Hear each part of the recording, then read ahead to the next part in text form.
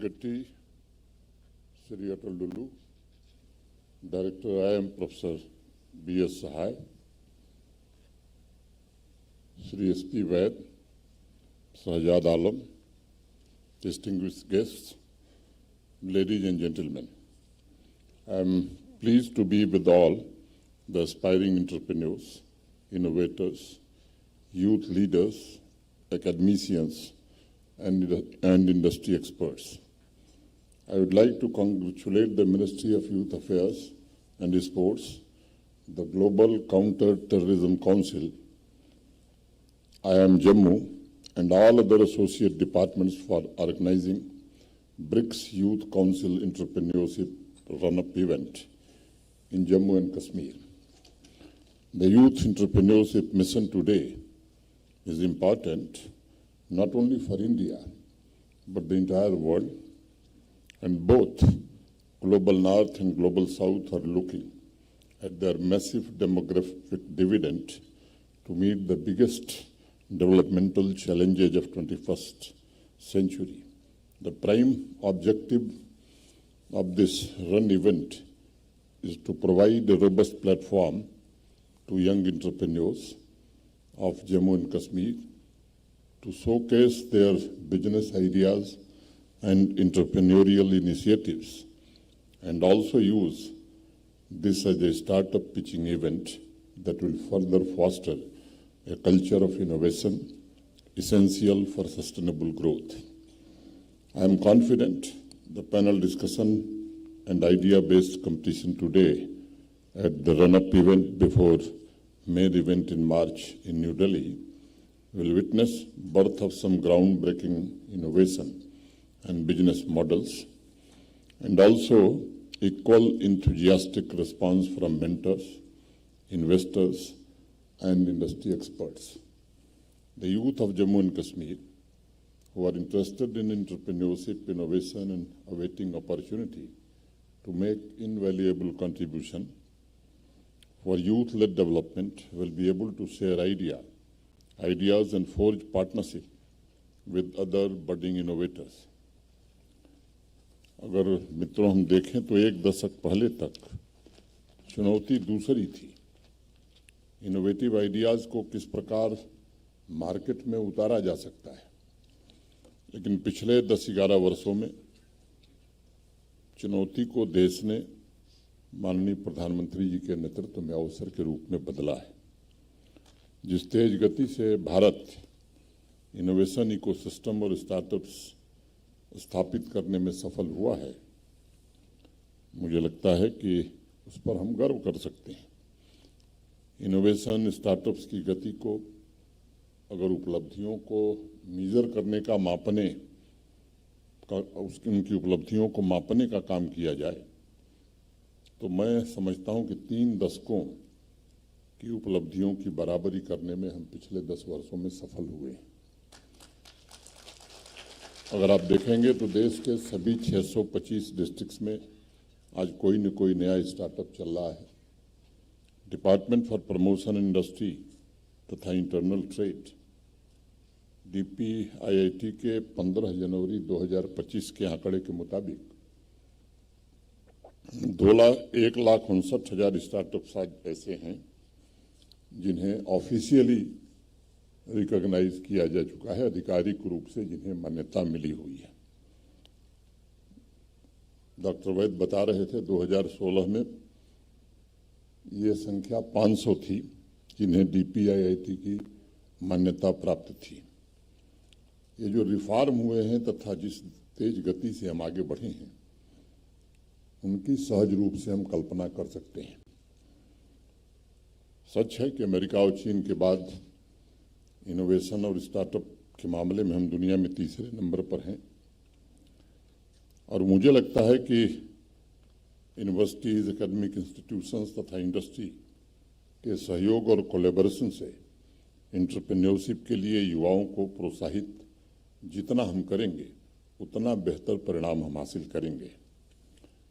10 वर्षों की जो तरक्की है उसके आधार पर ये कहा जा सकता है टेक्नोलॉजी में इनोवेशन और विकास को गति देने के लिए जितना क्लोज कोलैबोरेशन होगा उतनी हमारी गति तेज होगी, स्थानीय समस्याओं का समाधान हम कर सकेंगे तथा युवाओं के इनोवेटिव आइडियाज़ को कमर्शियल बनाने के लिए आवश्यक जो सपोर्ट है या वैसा इकोसिस्टम है, उस दिशा में भी हमें सफलता मिलेगी। आज जैसा बताया गया कि रनअप इवेंट में इंडस्ट्री के लोग भी शायद मौजूद हैं। विशेष रूप से मैं कहना चाहूँगा कि एक दशक की उपलब्धियों से हम संतुष्ट नहीं हो सकते।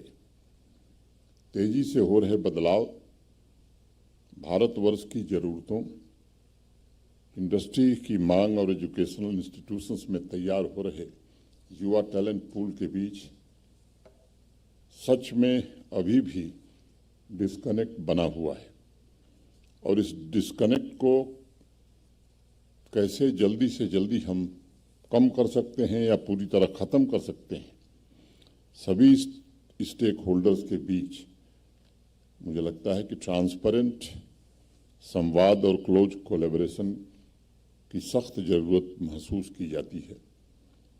इससे नए इन्वेंशंस और आउटकम बेस्ड रिसर्च को भी गति मिलेगी।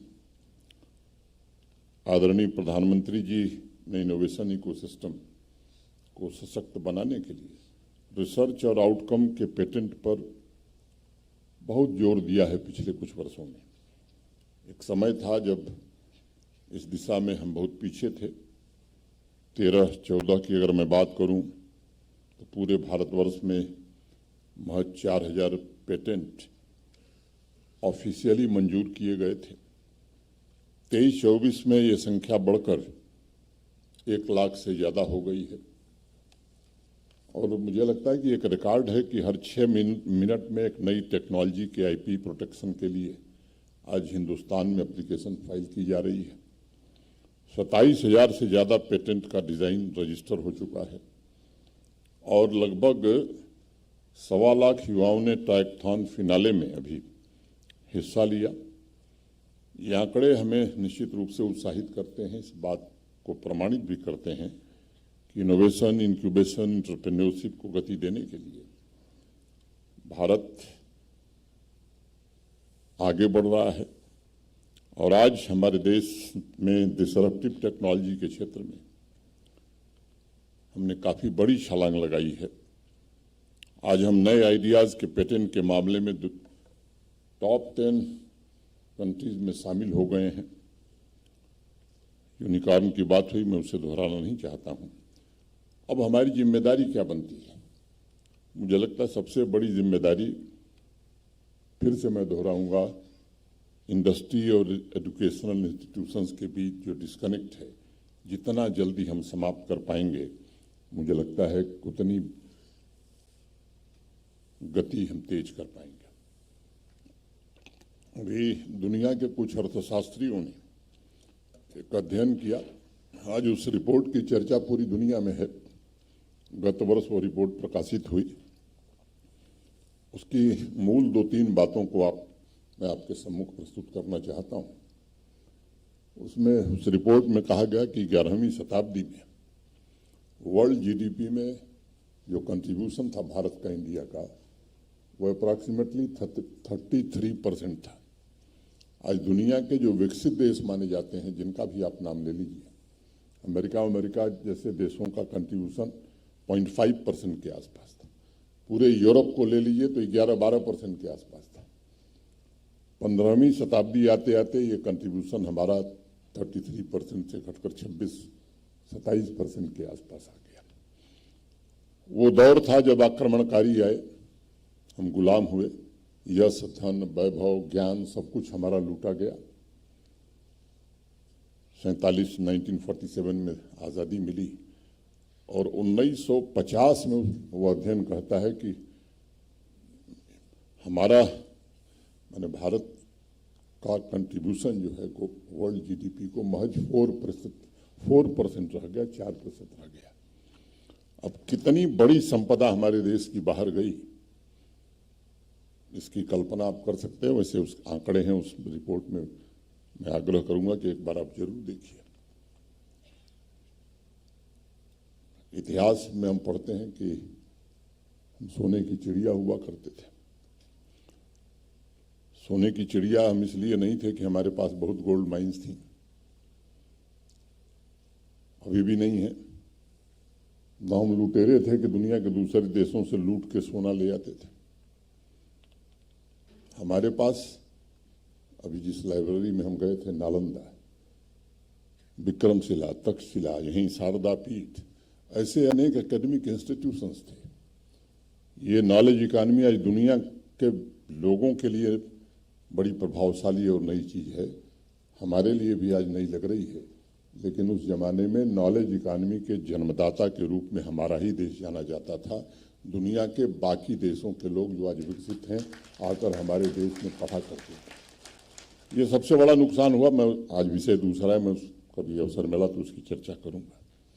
मुझे लगता है फिर से एनईपी को मैं बार बार कहता हूं, वो एक वरदान के रूप में हमारे देश को मिली और सही अर्थों में अगर उसको हमने जमीन पर उतारा तो फिर से अभी 2023 में मैं उस रिपोर्ट का जिक्र कर रहा था, 2023 में our contribution has increase to 15%, 50 में 4% और 2023 में 15%। अब ये यात्रा हमारी समाप्त नहीं होती है। अगर जो सहाय साहब कह रहे थे कि विकसित भारत का संकल्प लेकर के आपके उस प्रेजेंटेशन में भी आया, मुझे लगता है कि अगर ये यात्रा हमें जारी रखनी है तो फिर से हमें 30% हमारा कंट्रीब्यूशन टू वर्ल्ड जीडीपी में कैसे होगा, उसमें सबसे ज़्यादा योगदान आप जैसे इंस्टीट्यूशंस का ही होगा, ये मैं यकीनी तौर पर कह सकता हूँ। एक और आंकड़ा है जो इनोवेशन इकोनॉमी के क्षेत्र में हमारे लिए गर्व का विषय है। 2024 की ग्लोबल इनोवेशन रिपोर्ट के मुताबिक आज भारतवर्ष विकसित देशों की रैंकिंग में अपनी जगह बनाने में कामयाब हुआ है। 2023 की तुलना में 2024 में जो हमारी इंडस्ट्रियल डिजाइन एप्लीकेशंस हैं उनमें 36.4% की ग्रोथ हुई है, बढ़ोतरी हुई है। ट्रेडमार्क फाइलिंग में आज भारत पूरी दुनिया में चौथे स्थान पर आ गया है। जम्मू कश्मीर के संदर्भ में देखें तो स्वाभाविक रूप से मेरे पूर्व के वक्ताओं ने बताया है, 4-5 वर्षों में स्थिति काफ़ी बदली है। संसाधन और साधन युवाओं को मिले, इसके लिए अनेक प्रयत्न हुए हैं। भी शहजाद आलम ने, डुल्लू साहब ने काफ़ी विस्तार से बताया, उसमें जाना नहीं चाहता हूं मैं। चाहे वो HADP हो या मिशन युवा, इसके बारे में विस्तार से कहा जा चुका है। वो गवर्नेंस का क्षेत्र हो, इंडस्ट्री हो, एजुकेशन हो, एग्रीकल्चर हो, सभी सेक्टर्स में टेक्नोलॉजी की मदद से कैसे बदल लाई जा सकती है, इसके प्रयत्न हुए हैं। और जैसा मैंने पहले कहा कि नेशनल एजुकेशन पॉलिसी एक गाइड के रूप में हमें मिली है, जो स्टूडेंट्स, टीचर्स दोनों को इनोवेशन और इन्वेंशन के लिए प्रेरित कर रही है।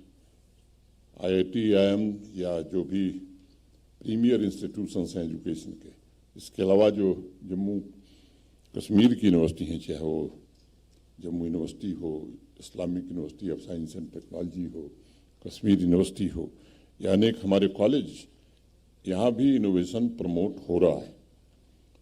टाटा टेक्नोलॉजी की मदद से जो 2 सेंटर चल रहे हैं इनोवेशन, इंक्यूबेशन और इन्वेंशन के, वहाँ भी कई बच्चे स्किल होकर के निकल रहे हैं। आज प्रोडक्ट की परिकल्पना से लेकर उसे डेवलप करने के पूरे प्रोसेस में एकेडमिया तथा इंडस्ट्री कैसे एक्टिवली कोलैबोरेट कर सकें, इसको प्रोत्साहित करने का एक नया प्रयास हुआ है। और मुझे विश्वास है कि इस तरह के प्लेटफॉर्म पर जो चर्चा होगी, जो आपसी संवाद होगा, उससे ये कोलैबोरेशन और मजबूत होगा। एक बात का जिक्र भूल गया, पिछले 2021 में भारत सरकार के सहयोग से एक नई इंडस्ट्रियल स्कीम भी जम्मू कश्मीर में प्रारंभ हुई, जिसमें 28,200 करोड़ रुपए का इंसेंटिव भारत सरकार ने दिया। और मैं आपसे कहना चाहता हूं कि देश के किसी भी स्टेट में, किसी भी क्षेत्र में इस तरह का बेहतर इंसेंटिव नहीं था। और इसके कारण देश भर के या बाहर के भी अनेक इंडस्ट्रियलिस्ट यहाँ इन्वेस्टमेंट के लिए प्रपोजल दिए। मैं उसके विस्तार में नहीं जाना चाहता हूँ, लेकिन मैं ये कह सकता हूँ कि 30 सितंबर को वो स्कीम समाप्त हो गई। जो धनराशि भारत सरकार ने 28,200 करोड़ 400 करोड़ की रखी थी, वो धनराशि भी इतने इन्वेस्टमेंट के प्रपोजल आ गए, इतनी इंडस्ट्री लग गई है कि अब वो धनराशि भी समाप्त हो गई है। प्रधानमंत्री जी ने, गृह मंत्री जी ने आश्वस्त किया कि इसे हम आगे और बढ़ाएंगे, हम इंतजार कर रहे हैं। लेकिन मोटे तौर पर 18,185 करोड़ के निवेश, जिससे 889 इंडस्ट्रियल यूनिट्स ये जमीन पर काम कर रही हैं। करीब 6,500 करोड़ 6624 करोड़ से ज़्यादा का ऐसा इन्वेस्टमेंट है जिन्होंने प्रोडक्शन शुरू कर दिया है। हम उम्मीद कर रहे हैं कि मार्च अप्रैल तक लगभग 9,538 करोड़ रुपए के निवेश के साथ 324 इंडस्ट्रियल यूनिट्स और प्रारंभ हो जाएंगी। बहुत सारी इंडस्ट्रीज को हम जमीन नहीं दे सके हैं। प्रशासन कोशिश कर रहा है लैंड बैंक बढ़ाने का, नए इंडस्ट्रियल इस्टेट बनाए जा रहे हैं और कई इन्वेस्टमेंट प्रपोजल जो हैं वो 500,000 करोड़ से ज़्यादा के हैं। मिशन युवा की चर्चा हो गई, बहुत ही सोच समझ करके बड़ी मेहनत से ये स्कीम बनी है। मैं उम्मीद करता हूं कि आने वाले समय में जम्मू कश्मीर के भविष्य को बदलने में इस स्कीम का बड़ा भारी योगदान होगा। युवा इंटरप्रेन्योर्स को क्रॉस सेक्टोरल बिजनेस सपोर्ट का इकोसिस्टम कैसे विकसित किया जाए, इसका भी प्रयत्न हुआ है। 2027 तक 2000 नए स्टार्टअप शुरू करने तथा वेंचर कैपिटल फंड स्थापित करने का काम भी यहाँ हो रहा है। सीड फंडिंग की व्यवस्था भी प्रशासन ने की है। ये सब पिछले कुछ वर्षों में जो काम हुए हैं, युवा इनोवेटर्स, एंटरप्रेन्योर्स को स्वाभाविक रूप से इससे मदद मिल रही है और भविष्य में बहुत से आइडियाज़, रिसर्च को प्रोडक्टिव प्लेटफॉर्म इसके कारण उपलब्ध होगा। मुझे यकीन है कि आने वाले समय में हमारी इनोवेशन बिजनेस इकोसिस्टम को नई दिशा भी मिलेगी। मैं कह सकता हूं कि माननीय प्रधानमंत्री जी के मार्गदर्शन में जम्मू कश्मीर के युवा एंटरप्रेन्योर्स को सुविधाएं उपलब्ध कराने की कोशिश हुई है, जिससे उन्हें बिजनेस का स्केल बढ़ाने के साथ साथ नए विचारों, नए इन्वेंशन पर भी काम करने का अवसर प्राप्त हो। आकांक्षाएं आज युवाओं की बड़ी हैं, ग्रामीण क्षेत्र के युवाओं की भी आकांक्षाएं बड़ी हैं। उनकी भी रुचि अलग अलग क्षेत्रों में इनोवेशन तथा स्टार्टअप्स के लिए है। ऐसी संभावनाएं दिख रही हैं। मैं चाहता हूं कि जम्मू कश्मीर के युवा एंटरप्रेन्योर्स के नए विचार एक सफल बिजनेस के रूप में परिवर्तित हों। इसके लिए जिन भी साधनों संसाधनों की आवश्यकता हो, उसे पूरा करने की कोशिश प्रशासन द्वारा की जाएगी। मैं ministry of youth affairs, IIM Jammu, GCTC के साथियों के प्रति भी हृदय से आभार व्यक्त करना चाहता हूं, जिन्होंने इनोवेशन तथा स्टार्टअप्स को प्रोत्साहन देने के लिए इस रन इवेंट का आयोजन किया और वो जम्मू में सुनिश्चित किया। मुझे यकीन है कि देश के साथ कदम से कदम मिलाकर जम्मू कश्मीर के युवा इनोवेटर्स, स्टार्टअप्स को स्थानीय अर्थव्यवस्था का मजबूत आधार बनाने का हर संभव प्रयत्न करेंगे तथा उनके आइडियाज़ को उद्यमशीलता में परिवर्तित करने में मदद भी मिलेगी। मैं BRICS youth council entrepreneurship run up event के लिए आप सभी को हृदय से बहुत बहुत बधाई देता हूं और आपके आइडियाज़ की सफलता के लिए माँ वैष्णो देवी से प्रार्थना करता हूं। बस एक अंतिम वाक्य कहते हैं कि नील आर्मस्ट्रांग से जब पूछा गया, जब चंद्रमा पर पहली बार मनुष्य पहुंचा, तो उससे एक जर्नलिस्ट ने पूछा कि आज आप कैसा महसूस कर रहे हैं, तो उसने कहा कि मेरा बस चले तो डिक्शनरी से इम्पॉसिबल वर्ड को हम सदा सदा के लिए बहुत बहुत धन्यवाद। नमस्कार।